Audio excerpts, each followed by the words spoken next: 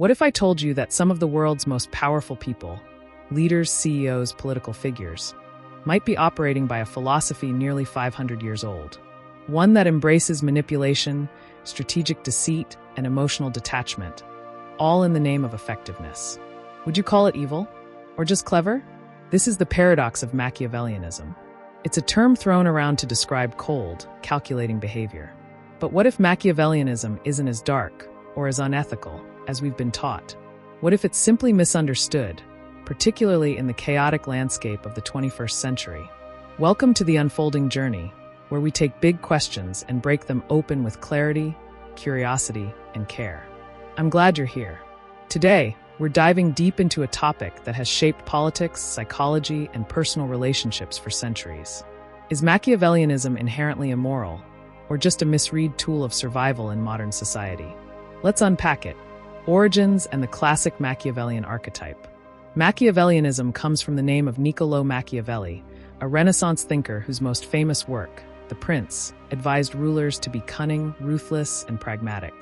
It wasn't a celebration of cruelty, but a guidebook for power, written in a time of political chaos. The famous phrase, "It is better to be feared than loved," comes from this mindset. According to Machiavelli, moral goodness might be admirable, but in the world of power, it's not always effective.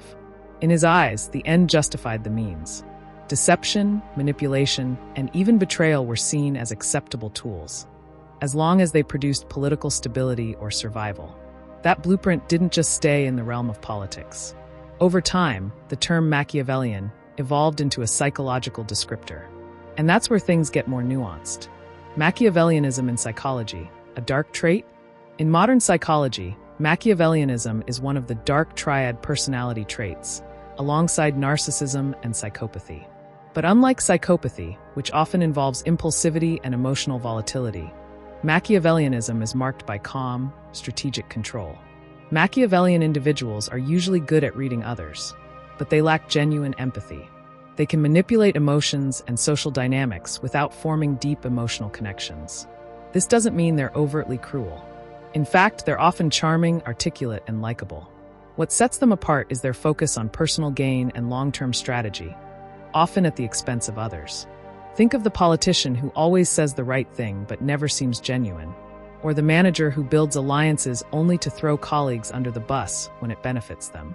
That's Machiavellianism in action. But here's the real question. Is that wrong or just smart? The ethical dilemma, strategy versus morality.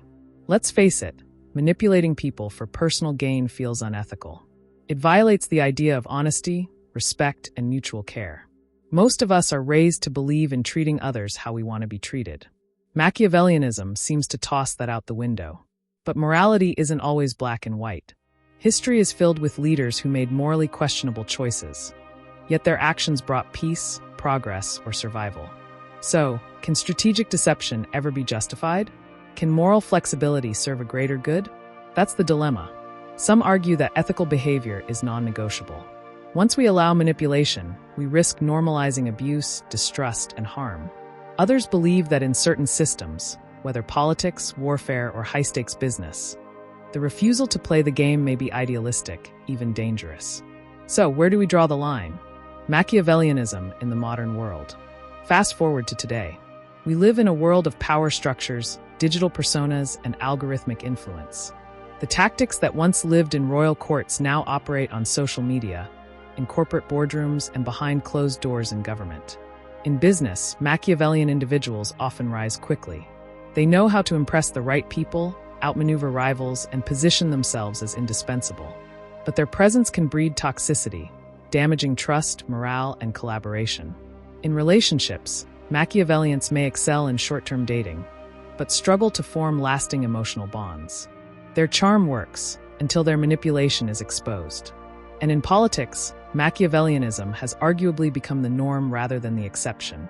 Strategists craft messages not to inform, but to persuade, mislead, or even divide. Does that make Machiavellianism more acceptable or more dangerous? The case for misunderstanding. Let's challenge the assumption that Machiavellianism is inherently bad. What if it's not the trait itself, but how it's used, that determines its morality? The ability to think strategically, anticipate others' behavior, and remain calm under pressure are valuable qualities. Not everyone who has those traits uses them for manipulation. In fact, many successful leaders use them for coordination, problem-solving, and diplomacy. In some environments, such as high-conflict negotiations or crisis management, emotional detachment and calculated action can be crucial. What if, rather than being immoral, Machiavellianism is just a tool?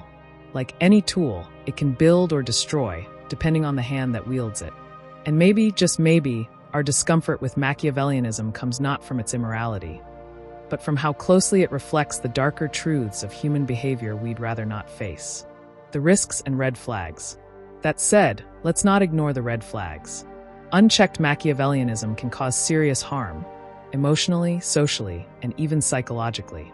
In extreme cases, it contributes to manipulation, betrayal, and long-term damage to relationships and mental health. In adolescents and young adults, high levels of Machiavellian traits have been linked to loneliness, depression, and isolation. When people prioritize control over connection, the result is often inner emptiness. And in systems where Machiavellian behavior is rewarded, we risk building cultures of fear, distrust, and burnout.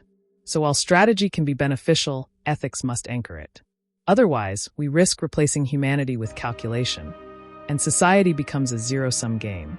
A balanced approach, strategy with soul. What if we could separate the useful elements of Machiavellianism from the destructive ones? Imagine a world where leaders are strategic, but also compassionate, where individuals plan ahead, but still care for others' well-being, where emotional intelligence includes not just understanding people, but protecting them. This balance is what separates the mindful strategist from the cold manipulator. It requires self-awareness, accountability, and a strong moral compass.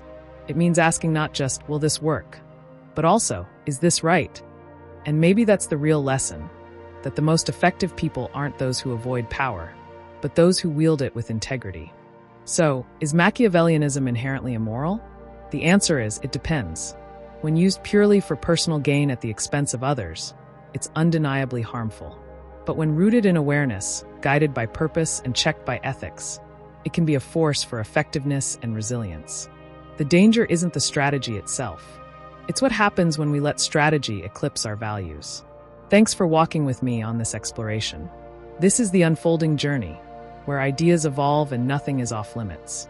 If this sparked something in you, I invite you to subscribe to the channel, share your thoughts in the comments, and keep questioning what you've always believed to be true. Until next time, stay curious, stay grounded, and let the journey unfold.